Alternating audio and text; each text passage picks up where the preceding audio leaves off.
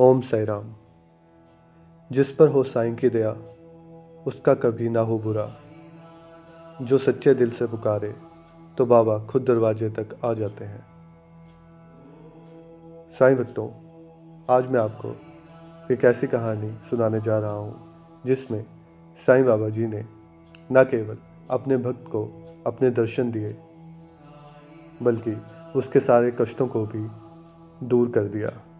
तो आइए साईं बाबा जी का नाम लेके ये कहानी शुरू करते हैं। यह कहानी है एक गरीब किसान रामदास की, जो महाराष्ट्र के एक छोटे से गांव में रहता था। मेहनती था, लेकिन भाग्य ने उसका साथ नहीं दिया। कर्ज से दबा हुआ परिवार की ज़रूरतें पूरी नहीं कर पा रहा था। पर उसकी एक ही ताकत थी, साईं बाबा में अटूट श्रद्धा। हर दिन बाबा की पूजा करता। शिरडी जाने की इच्छा थी, लेकिन पैसे नहीं थे। एक दिन निराश होकर रामदास ने बाबा से मन ही मन कहा, बाबा, अगर तुम सच्चे हो तो मेरी मदद करो।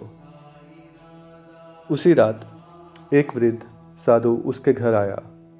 साधारण वेशभूषा, हाथ में कमंडल और चेहरा सौम्यता से भरा हुआ।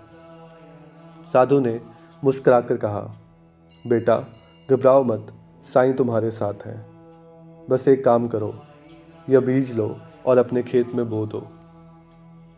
रामदास को भरोसा था। उसने बिना सवाल किए वैसा ही किया। कुछ दिनों बाद उसके खेत में सोने जैसी चमकदार फसल उगाई। गांव वाले अचंभित थे। ये साईं बाबा की कृपा थी। रामदास धनी बन गया। उसके सारे कर्ज उतर गए। उसने शिरडी जाकर बाबा के चरणों में सिर झुकाया।